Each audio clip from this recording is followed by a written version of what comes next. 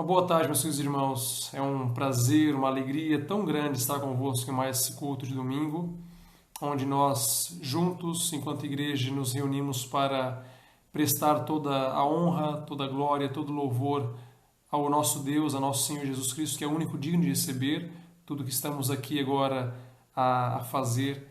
E ainda que por horas separados, é bom também saber que estamos juntos aqui com um único propósito, não é? O que nos une é algo muito mais forte do que a pandemia, do que a distância física. E vamos agora então orar pedindo que Deus possa nos abençoar no decorrer desse culto. Que tudo que nós ouvirmos, cantarmos, refletirmos aqui possa fazer sentido para nós e que possamos também, quando esse culto acabar, continuar em adoração, continuar a cultuar o nosso Deus durante o nosso dia a dia, não é?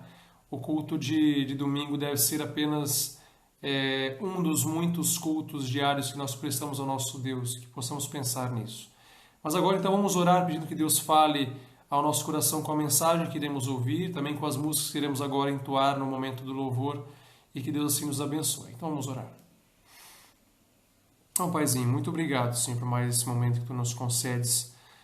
O privilégio, Pai, de estarmos juntos a reconhecer, ó Pai, diante de Ti a Tua grandeza e reconhecendo também, ó Pai, que sem Ti, ó Pai, nós não somos absolutamente nada, Senhor.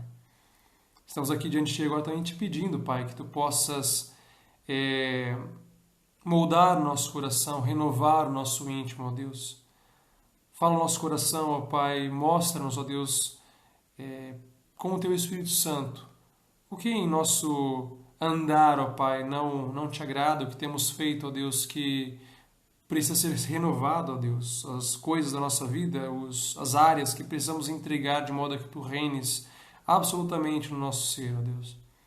Toca no nosso coração, fala conosco, Pai. Usa, Senhor, as músicas que iremos cantar para falar no nosso coração, na nossa mente, ó Deus. Usa também a palavra que iremos ouvir, Senhor. Que seja mesmo o Teu Espírito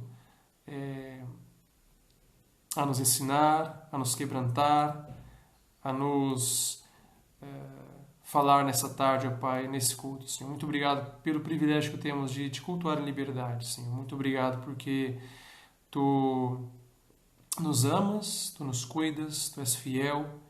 E por isso, ó Deus, que nós estamos aqui agora com o primeiro objetivo de Te louvar, de exultar o Teu nome, Senhor. Por tudo que Tens feito, por tudo que Tu fazes, por tudo que ainda vais fazer. Nós Te agradecemos, Te louvamos, Te bendizemos no nome de Jesus. Amém.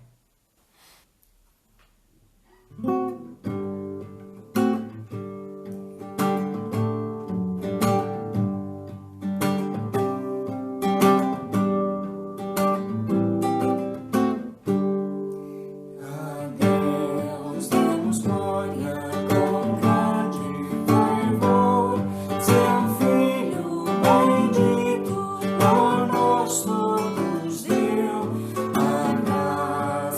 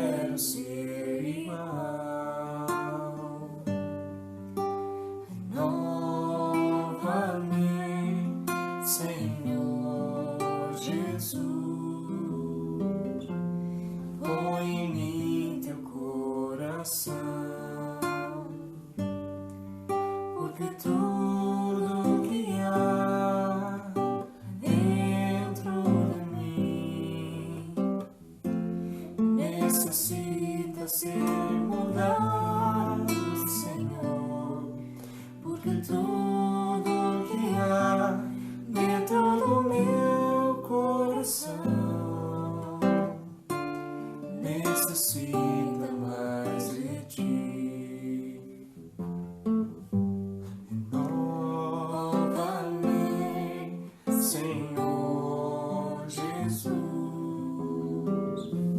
já não quero ser igual. Renova-me, Senhor Jesus, põe em mim teu coração, porque tudo que há dentro de mim necessita ser mudado, Senhor, porque tudo que há dentro do meu coração necessita mais de ti, necessita mais de ti, necessita mais de ti.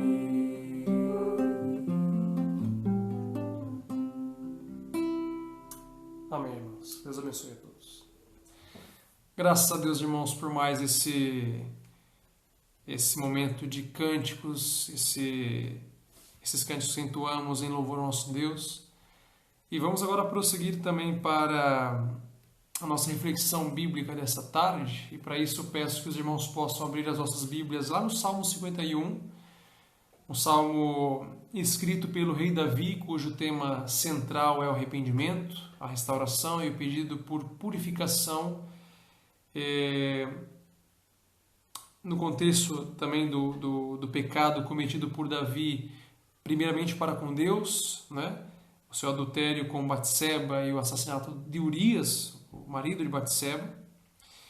E vamos então, antes de ler a passagem, orar pedindo que Deus possa falar ao nosso coração com essa passagem, né? Essa oração feita por Davi, uma oração tão intensa, tão sincera, tão bonita, né? Um desejo intenso, né? Pelo perdão, pela restauração, e que faz todo sentido também para nós, uma vez que também estamos sujeitos a isso, né? Então vamos pedir que Deus possa falar aos nossos corações, abrir os nossos olhos, de modo que possamos ouvir aquilo e ver também aquilo que Ele quer salientar nesse texto e aplicar assim a nossa vida. Então vamos orar. Paizinho, te pedimos nesse momento que fales ao nosso coração, aplica na nossa vida a Tua mensagem, a Tua palavra, Pai, e que possamos aprender, ó Deus, com a experiência do rei Davi. Temos sempre essa consciência da necessidade de confissão do pecado, né, Pai? Abençoa-nos, ó Deus, dá-nos o entendimento, a compreensão do preço do pecado, daquilo que ele faz, ó Deus, mas também da possibilidade, do privilégio que temos, ó Deus, da bênção que temos em confessar os nossos pecados e termos também Jesus Cristo como o nosso advogado, Pai. Aquele, ó Deus, por quem nós temos o perdão dos pecados e o livre acesso a Ti, Senhor. Ó Deus, aplica a Tua mensagem em nossas vidas, faz-nos, ó Deus, crescer em maturidade espiritual e que nesse momento possas estar a falar, ó Pai, que Tu sejas o nosso professor, ó Deus. Em nome de Jesus nós te pedimos e te agradecemos todas essas coisas. Amém. Então, irmãos, vamos ler o Salmo 51. Como eu disse, um salmo escrito pelo rei Davi. É um salmo de confissão de pecado e súplica por perdão. Então começa assim: ó Deus, compadece de mim segundo o teu amor. Apaga as minhas transgressões por tuas grandes misericórdias. Lava-me completamente da minha iniquidade e purifica-me do meu pecado. Pois reconheço minhas transgressões e o meu pecado está sempre diante de mim. Pequei contra ti e contra ti somente, e fiz o que é mal diante dos teus olhos. Por isso, tua sentença é justa e o teu julgamento é puro. Eu nasci em iniquidade e em pecado minha mãe me concebeu. Tu desejas que a verdade esteja no íntimo, e no coração me ensinas a sabedoria. Purifica-me com hisopo e ficarei limpo. Lava-me e ficarei mais branco do que a neve. Faze-me ouvir júbilo e alegria, para que se regozijem os ossos que esmagaste. Esconde o teu rosto dos meus pecados e apaga todas as minhas iniquidades. Ó Deus, cria em mim um coração puro e renova em mim um espírito inabalável. Não me expulses da tua presença, nem retires de mim o teu Santo Espírito. Restitui-me a alegria da tua salvação e sustenta-me com um espírito obediente. Então ensinarei os teus caminhos aos transgressores e pecadores se converterão a ti.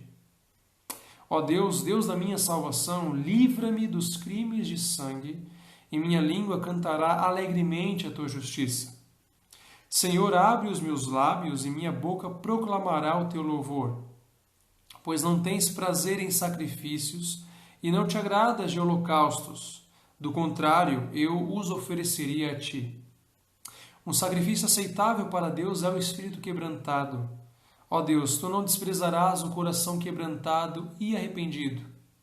Faze o bem a Sião, segundo a tua boa vontade. Edifica os muros de Jerusalém. Então te agradarás de sacrifícios de justiça, dos holocaustos e das ofertas queimadas, e então serão oferecidos novilhos sobre o teu altar. Amém, irmãos? O pano de fundo desse salmo está em 2 Samuel, capítulos 11 e 12, lá quando o profeta Natã vem ao encontro do rei Davi, após este ter cometido o adultério, como já dissemos, o adultério com Batseba e o assassinato do seu marido, Urias, né? É interessante pensarmos que Davi já não era um jovem, né, quando cometeu esses pecados. Ele já era um homem maduro, já governava um grande reino. E o que aconteceu nesse contexto, nessa situação, não é que ao invés de ir para a guerra, Davi optou por ficar em Jerusalém, desocupado, ocioso. E perante isso, o pecado bate à porta, não é?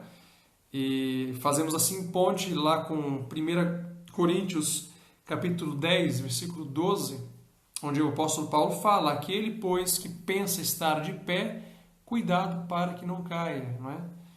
E Davi, assim, comete primeiramente o adultério com Batseba. Urias não estava presente, e depois, quando Urias retorna, Davi tenta de alguma forma ocultar o seu pecado, tenta consertar ou tentar fazer ali algum remendo, não é? Mas para os que conhecem a história, como já te disse também, acaba por mandar Urias para a morte certa, portanto um assassinato. E após essas atrocidades cometidas pelo rei Davi, por um tempo ele ocultou o seu pecado de Deus, não é? Ele não confessou logo, ele passou ainda um tempo, alguns dizem por volta até de um ano, sem confessar o pecado, sem se arrepender, né, diante de Deus. E, logicamente, o que Davi fez era mal aos olhos de Deus, portanto, Deus envia o profeta Natã para, através dele, chamar a atenção de Davi e também corrigi-lo, né?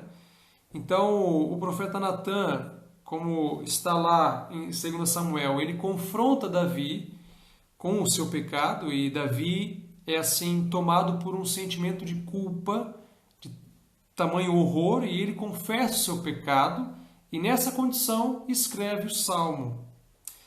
E como vamos ver, né, aliás, como já lemos, aqui Davi ora, ele clama a Deus por perdão e purificação com um coração quebrantado, contrito e arrependido, né, num caminho de restauração. Então, nos primeiros 8 versículos, podemos ver, ou podemos separá-los, né, com o tópico, ou com o tema convicção ou a certeza do pecado, né? Nesses primeiros 8 versículos, Davi deixa claro, né, a sua certeza do pecado cometido. Logo, no processo de restauração, o primeiro passo a se dar é confessar o pecado, ter a certeza que cometeu o pecado, né? E a forma como Davi faz isso nos traz muitas lições, né? E vamos ver aqui rapidamente em alguns pontos o conteúdo, né, dessa convicção do pecado. Então, logo após Davi ter confessado o seu pecado, o profeta Natan, lá em 2 Samuel capítulo 12, versículo 13, diz que o Senhor já havia perdoado Davi. Isso é muito bom sabermos que Deus, ele é perdoador, ele é infinitamente paciente, não é? E é muito misericordioso. Aliás, esse salmo começa com Davi demonstrando a sua consciência da misericórdia de Deus, né? A qual é abundante, amorosa e sem limites. Deus é misericordioso, Deus é gracioso, Deus é perdoador, né? E Davi mostra que conhece a tão grande compaixão de Deus e demonstra a certeza, sim, do perdão de Deus, conforme dito por Natan. No entanto, algo muito interessante é que Davi não fica por isso. Ele não fica, ou não se limita ao fato de que Deus é perdoador. Ele não fica pelo fato de que Deus é compassivo, Deus é amoroso, Deus é perdoador, logo está tudo bem, não é?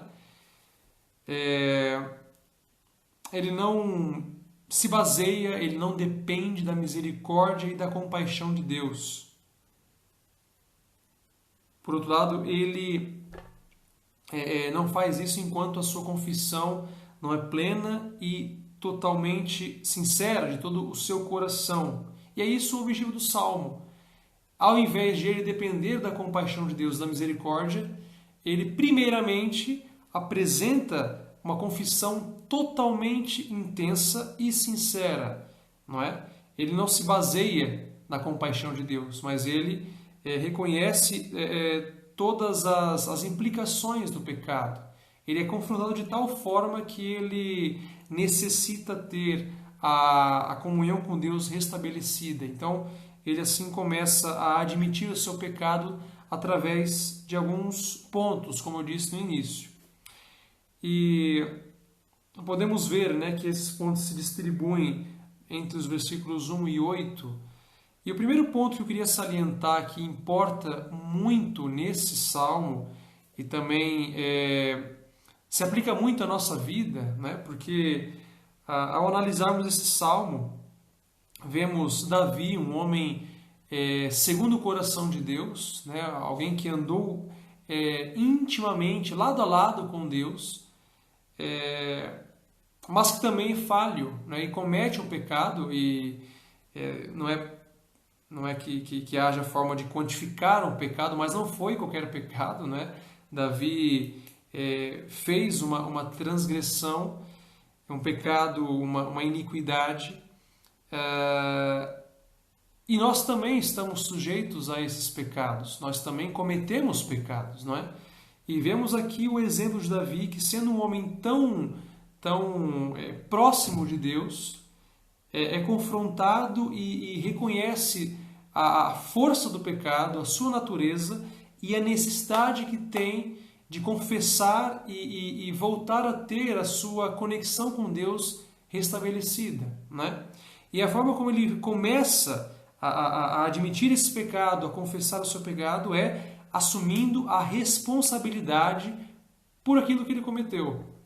E isso eu tenho para mim, olhando para a minha vida, que tem uma importância muito grande, não é? Ele, nesses primeiros versículos do 1 a 8, são frequentes os termos minhas transgressões, minha iniquidade, o meu pecado. Ele põe ali o pronome meu, sempre, e usa termos muito intensos para caracterizar aquilo que ele fez. Minhas transgressões, por exemplo, o termo transgressão é traduzido como, aqui, né, nesse contexto, como o ato de rebeldia, né? Desafiar a Deus, cruzando, passando o limite que ele estabeleceu, né? Um outro termo usado por Davi aqui é minha iniquidade, não é? Iniquidade é uma desonestidade interior, uma perversão. E também outro termo usado por Davi aqui é meu pecado, né? O pecado, sendo algo o tema principal aqui do Salmo, pode ser definido como errar o alvo, não satisfazer o padrão de Deus, né? E isso é muito importante porque Davi ele não procura fugir à responsabilidade do seu pecado, né? Ele podia se basear nas circunstâncias, ele podia atribuir o seu pecado ao facto de que estava fraco naquele momento, estava sem muito o que fazer, né? Ou então podia atribuir a culpa ou a responsabilidade do pecado à própria Batseba, não é? Olha, a culpa foi dela, ela que me tentou, né? Podia atribuir o pecado a uma necessidade, eu estava sozinho e precisava daquilo, ou então mesmo a sua ignorância.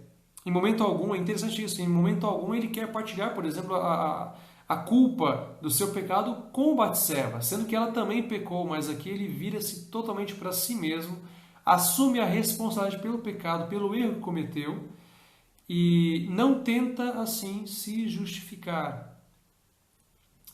O erro aqui foi inteiramente cometido por Davi, e ele mostra isso nas palavras: o meu pecado está sempre diante de mim, não é?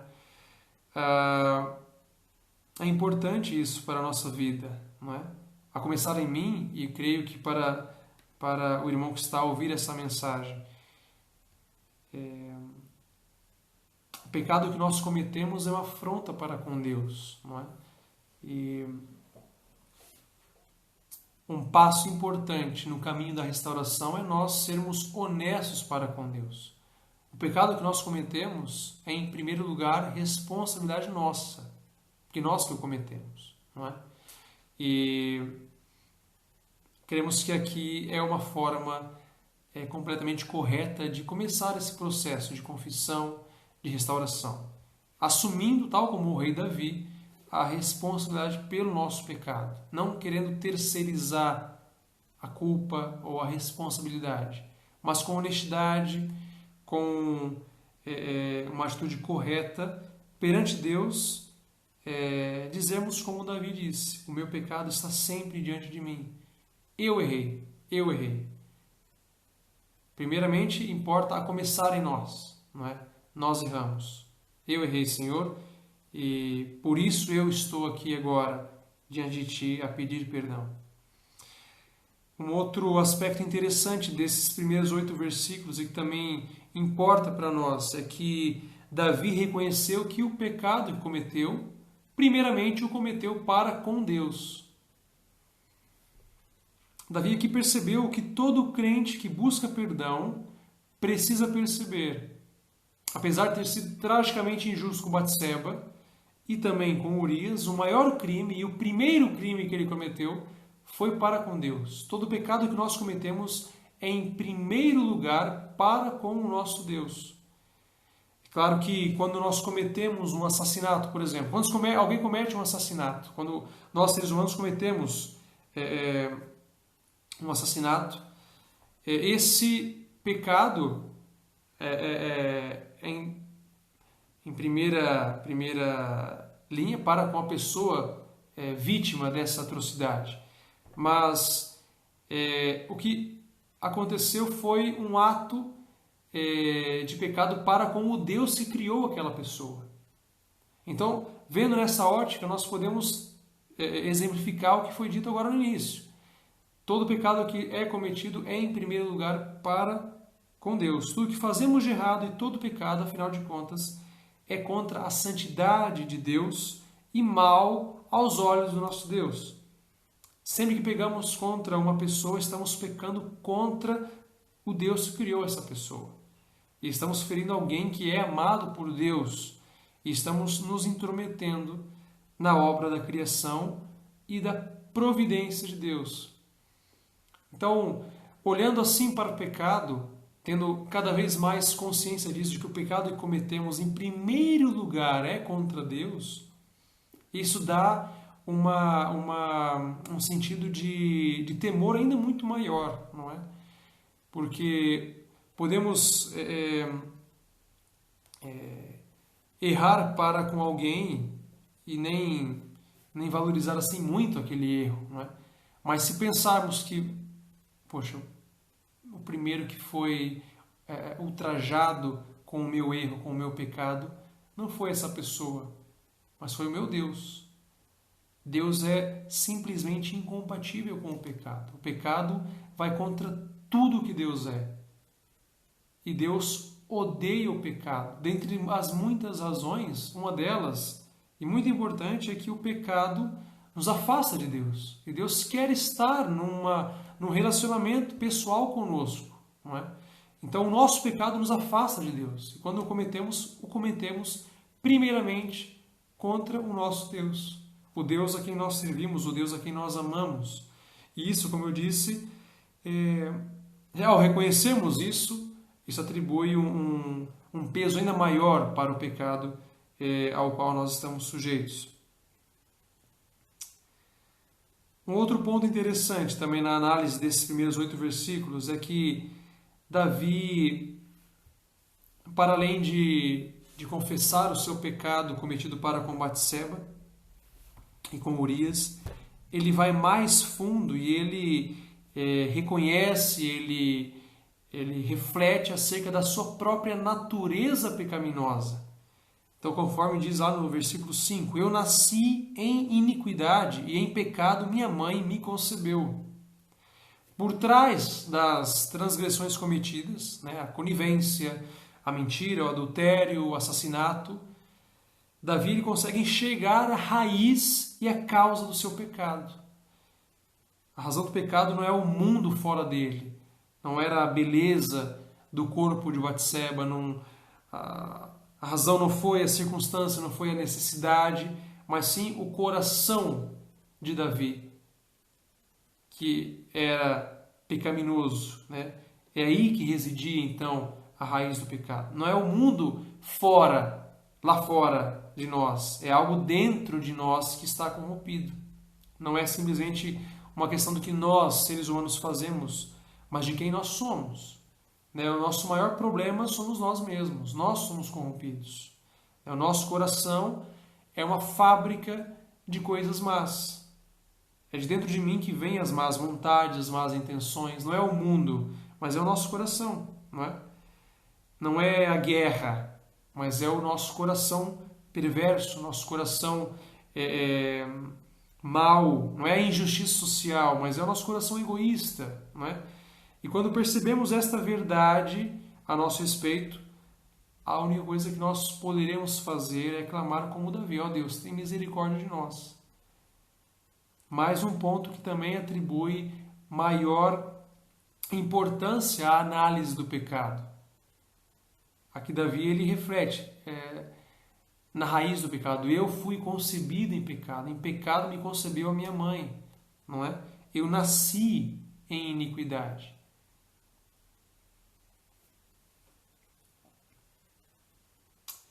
Perante essa sequência de versículos do 1 a 8, né, que caracterizam a reflexão de Davi acerca do seu pecado cometido, não só das ações localizadas nesse tempo, mas também a origem do pecado. Ele aqui reflete sobre o fato de que a própria natureza dele o leva para o pecado, né, e ele necessita de uma comunhão com Deus, ele necessita de estar próximo de Deus, ser purificado por Deus. Importa agora analisarmos também, depois desse reconhecimento de Davi acerca do seu pecado, do que está envolvido, do que ele fez, também vemos o pedido apaixonado por ser completamente purificado. Davi ele reconhece todo esse pecado, ele apresenta-se diante de Deus sem reservas, né? Ele não terceiriza o pecado, ele reconhece que primeiramente foi para com Deus que ele pecou e que a natureza dele é pecaminosa. E ele se vira para Deus e diz: ó Deus, tem misericórdia de mim, eu preciso de ti. Por isso que é um desejo, um pedido apaixonado. Ele reconhece a Deus: Pai, eu preciso ser purificado, purifica-me, Senhor. E agora a parte tão bonita, como eu disse no início, aqui ele deixa ainda mais clara a natureza desse salmo, como sendo uma oração por renovo, por purificação, né? A percepção das suas tendências e disposições pecaminosas naturais da condição de um ser caído leva a que Davi faça essa oração e, nesse ponto, deseje intensamente que Deus o purifique. Quando fala apaga, lava-me, purifica-me, né? E são termos usados por Davi pedindo que Deus possa limpá-lo de modo a que ele fique mais alvo do que a neve. E Deus, ou melhor, o salmista deseja que Deus o quebrante, que Deus o perdoe e que o coloque no caminho de uma comunhão com Ele. E Davi, ele, aqui no versículo 6 e 7, ele fala o seguinte: Tu desejas que a verdade esteja no íntimo e no coração me ensinas a sabedoria. Purifica-me com hisopo e ficarei limpo. Lava-me e ficarei mais branco do que a neve. Davi aqui ele pede que Deus lhe dê sabedoria no íntimo para não voltar a cometer o mesmo erro. E ele clama pela verdade, a qual irá mantê-lo próximo a Deus. E ele exemplifica essa necessidade de ser lavado e purificado através do hisopo. Hisopo era uma folha usada no Velho Testamento, né, em termos cerimoniais, para espalhar sangue ou mesmo água sobre a pessoa que estava sendo limpa de impurezas, como lepra ou contato com mortos. E aqui o hisopo representa o desejo que Davi tinha de ser espiritualmente limpo de toda impureza moral. Né? Ao perdoar, Deus nos lava de todo pecado em Cristo, né? Ficando assim mais alvos do que a neve. E em terceiro lugar, lá voltando agora para o versículo 4, né? Pequei contra ti somente, e fiz o que é mal diante dos teus olhos, por isso a tua sentença é justa e o teu julgamento é puro. E em terceiro lugar, o desejo por santidade e de obedecer à disciplina de Deus é renovado. Quando pecamos e nos arrependemos, devemos nos submeter à disciplina de Deus. Porque Deus, sendo um bom Pai, Ele nos educa, Ele nos corrige de modo a que possamos continuar a crescer, a nos desenvolver, tal como um pai educa e corrige o seu filho a quem o ama. Não é? E Deus, por nos amar, Ele nos corrige, tal como vemos, Davi também teve as consequências do seu pecado, certamente também utilizadas por Deus para correção da sua transgressão e crescimento também enquanto servo e discípulo também de Deus. Nos versículos 9 a 14 temos agora uma nova parte do Salmo. Eu vou voltar a ler então e peço que os irmãos me acompanhem.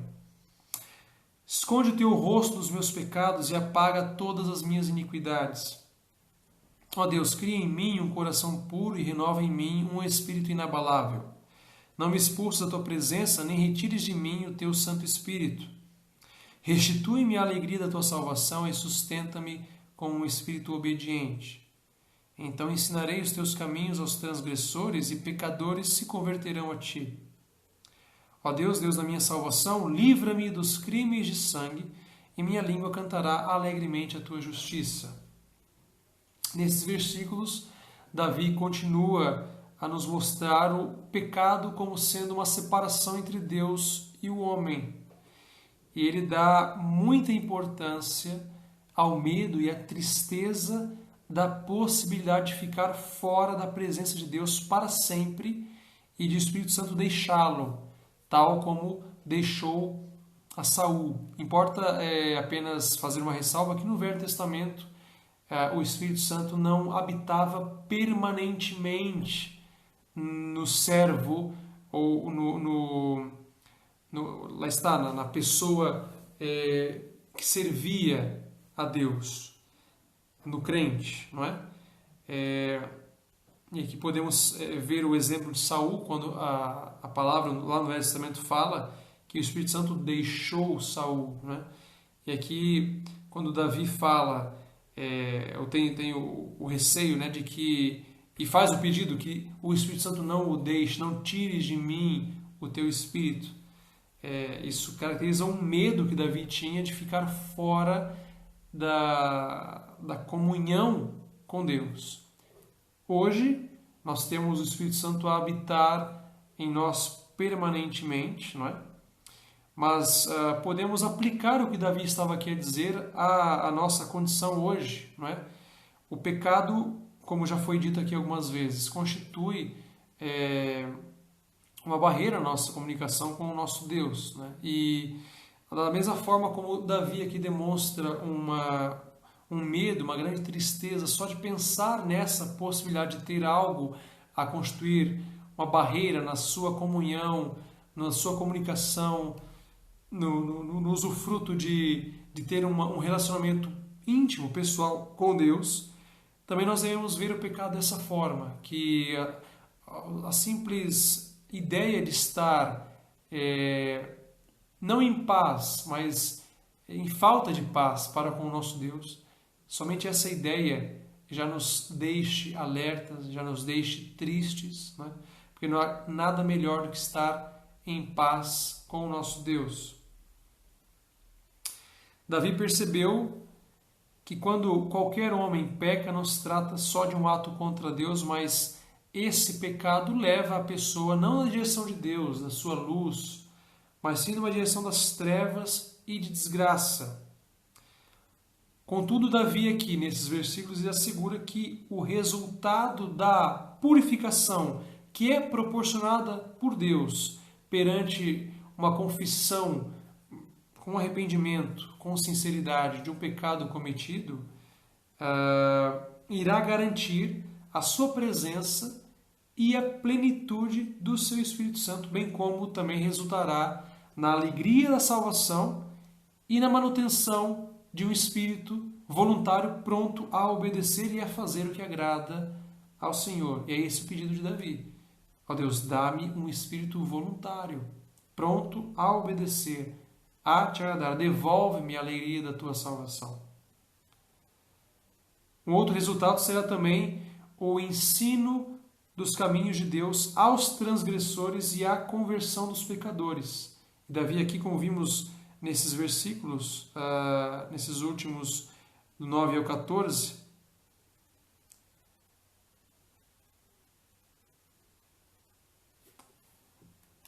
Davi aqui salienta o aspecto positivo da sua experiência de contrição, arrependimento e restauração como um forte testemunho. E é interessante isso porque lá está, estamos sujeitos ao pecado, mas o arrependimento envolve o não tornar a fazer. É o que diferencia o arrependimento de um mero remorso, não é? E quando analisamos a experiência de Davi, como ele utilizou essa experiência negativa, transformando em algo positivo, de modo a que o seu exemplo pudesse impactar outros, podemos também agora justamente fazer isso, pegar a sua experiência, a experiência de Davi, aplicar na nossa vida e olhar também para a nossa experiência passada, os pecados que já cometemos, né, os erros que cometemos, que certamente aconteceram, mas olhar tal como Davi, por uma ótica positiva e levando essa experiência a testemunhar do perdão que nós temos em Deus, da alegria que Ele pode nos dar, da purificação que Ele pode nos fazer no coração, de modo que aquilo que foi mal possa também resultar em bênção para outros que irão ouvir. Então é interessante ver isso, como Davi aqui salientou o aspecto positivo da sua experiência. Perante a purificação que Deus deu, assim Ele proclamou a sua glória, o seu louvor para aqueles que pudessem então ouvir o salmista. E ele então termina esse salmo, termina essa oração com uma verdadeira adoração. Lá no versículo 15, então, inicia essa terceira parte. Senhor, abre os meus lábios e minha boca proclamará o teu louvor. Pois não tens prazer em sacrifícios e não te agradas de holocaustos. Do contrário, eu os ofereceria a ti. Um sacrifício aceitável para Deus é o espírito quebrantado. Ó Deus, tu não desprezarás o coração quebrantado e arrependido. Ele então termina essa oração de contrição com uma adoração. Ele tinha total noção de que a sua boca, por si mesma, só podia e servia para confessar os seus erros e pedir por perdão e misericórdia. Mas se Deus quisesse falar pelos lábios de Davi, então eles iriam cantar tantos louvores. E os louvores iriam mostrar quem Deus verdadeiramente é. É um Deus que tem pouco interesse e não se agrada em regras religiosas externas. Se todo este salmo tivesse sido feito sem um real arrependimento sincero de coração, seria inútil, não serviria de nada. E aqueles sacrifícios que são aceitáveis a Deus são um coração quebrantado, humilde, sem qualquer orgulho e sem qualquer hipocrisia. Então, Davi aqui nos dá a receita final também, não é? Perante o nosso erro, perante a nossa necessidade de contrição, ou melhor, de perdão, o que nós devemos fazer não é sacrifícios, não é atitudes legalistas, mas sim apresentarmos-nos com um coração sincero, quebrantado, confiantes na misericórdia de Deus, confiantes no seu perdão, confiantes em como Ele nos recebe de braços abertos, tal como o pai do filho pródigo.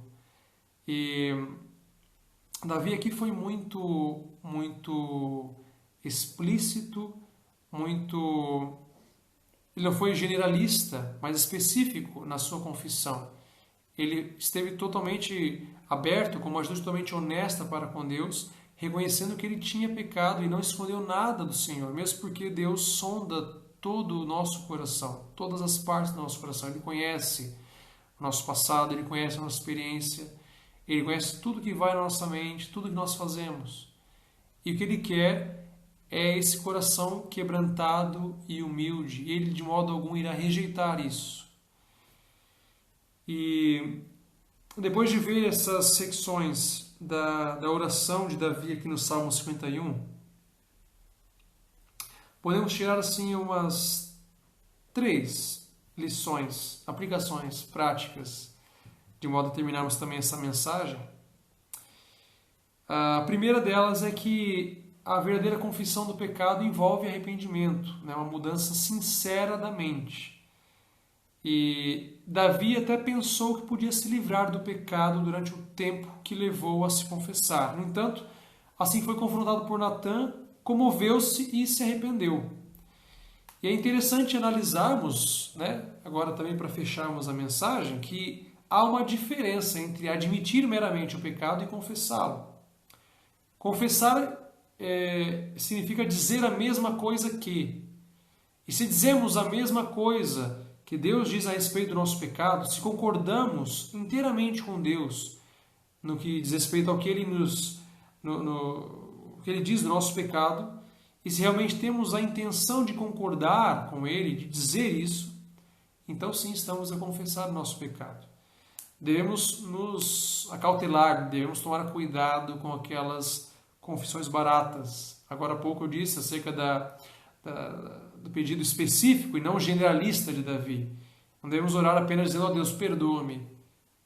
Isso não é confessar. A verdadeira confissão exige um espírito quebrantado, um coração contrito, como vemos no versículo 17. Claro que não é uma penitência, não é uma autocomiseração em busca de algum perdão, mas sim quebrantados e completamente conscientes de que o que nós fizemos primeiramente foi pecado e que não devemos esconder nada do Senhor. enquanto Davi escondeu o seu pecado, ele esteve doente. Ele fala isso no Salmo 32. Esteve doente, o seu coração se endureceu, a sua visão ficou turva, seus lábios não proclamavam mais o louvor, o júbilo, né? Sua audição, seus ouvidos não ouviam a voz do Senhor. Então, devemos correr para os braços de Deus, correr para a sua presença com uma atitude de total sinceridade, abertura, sem esconder nada e com o coração quebrantado, concordando com o que Deus diz acerca do nosso pecado. Porque Deus sabe, você errou, você pecou. E não devemos, assim como Davi não fez, não devemos terceirizar a culpa, nos justificar, mas sim reconhecer: eu errei, eu pequei, e estou diante de Ti agora em busca do perdão, porque só Tu podes limpar o pecado que há no meu coração. O segundo ponto é que depois que nós pecamos e somos restaurados, graças a Deus por isso. Mas a verdade é que muitas vezes Satanás também tenta minar a paz e confiança que obtemos da nossa restauração. Aí começamos a lembrar do que fizemos, do nosso passado e também das consequências dessa insensatez, do nosso pecado, né? E claro, a desobediência sim produz frutos amargos, mas Deus também protege e socorre aqueles que pertencem a Ele. O ímpio, aquele que não teme a Deus, passa por muitos sofrimentos e o sofrimento também alcança o cristão. Mas o cristão purificado por Deus do seu pecado vivencia a bondade e a misericórdia de Deus. E assim não surpreende o facto de que Davi termina esse salmo com um grito de exultação. Podemos ver no início, uma atitude tão triste, tão contrita, mas ele termina o salmo com essa alegria, com essa exultação, porque o seu passado, ele assim tinha certeza, o seu passado estava perdoado, o presente era cheio de alegria e o seu futuro também estava garantido nas mãos de Deus. E um terceiro ponto, também não só prático, mas também de reflexão, para ficar também na nossa mente. Aqui, nem boas obras, nem obras religiosas, nem sacrifícios limpam o pecado. Apenas o sangue de Cristo nos purifica de todo o pecado. E o perdão não é uma coisa barata, não foi uma coisa barata. Ele custou a vida do nosso Senhor, do nosso Salvador. E nós recebemos o perdão pelos méritos de Jesus. Não é pelas lágrimas que nós derramamos, não é pelas nossas orações, mas sim única e exclusivamente por Cristo. E o alto custo da purificação por si só já deve nos fazer odiar o pecado e nos fazer querer ficar afastados dele com tudo que nós pudermos. Claro que são coisas que devemos pensar, devemos analisar, porque o pecado bate à nossa porta todos os dias. E importa-nos fazer como o rei Davi, refletir nisso, pensar onde nós temos errado, o que pode ser, nesse momento, um fator que está a consistir num ruído na nossa comunicação com Deus. Pensar no pecado como algo que é tremendamente mal, tremendamente horrível, uma vez que o perdão que necessitamos por conta desse pecado custou a vida do nosso Salvador. E o alto custo da purificação, o sangue derramado por Cristo naquela cruz, deve nos fazer olhar para o pecado como uma coisa ao qual nós mantemos total distância. O pecado não deve ser visto como qualquer coisa, como uma coisa mínima, não é? Paulo lá fala, então iremos pecar para que a graça abunde, não é? Ver o pecado como uma coisa pouca. Não, de modo algum. O Deus ao qual nós servimos, o nosso Pai, é tremendamente contra o pecado. E se o pecado não exerce em nós o mesmo impacto que exerceu no rei Davi nesse salmo, é porque algo está errado. E espero, meus irmãos, que nós possamos meditar nisso ao longo dessa próxima semana e que essa mensagem fique gravada no nosso coração. E que, assim que nós pecarmos, não cometamos o erro também do rei Davi de encostarmos esse pecado num canto, tentando viver a nossa vida como se estivesse tudo ok. Né?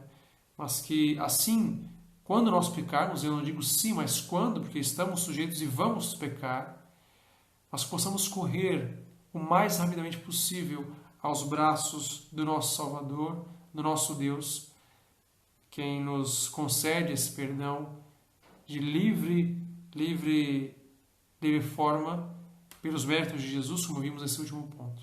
E que assim possamos crescer cada vez mais na compreensão do nosso Deus, da sua palavra e também buscando sempre fugir do pecado que tanto nos bate à porta. Então, meus irmãos, espero que essa mensagem fique no nosso coração, na nossa mente e que Deus possa aplicá-la à nossa vida. Vamos então orar, também pedindo por essa nova semana que se inicia e agradecendo a Deus também por mais esse culto que nós tivemos, o qual certamente foi muito edificante para todos nós. Então vamos orar. Paizinho, muito obrigado, Deus, por esse momento que nós podemos partilhar aqui em igreja, Pai. Ó Deus, continua a falar ao nosso coração assim que esse culto acabar, Pai. Porque enquanto esse culto em igreja termina, ó Deus, agora, domingo, te pedimos, ó Deus, que ele continue nas nossas vidas do dia a dia, Pai, ao longo dessa próxima semana. Não nos faça esquecer, ó Pai, não permita que nos esqueçamos do conteúdo dessa mensagem. Aplica a nossa vida, Deus, os ensinamentos que vemos, ó Deus, nessa oração feita pelo rei Davi, ó Pai,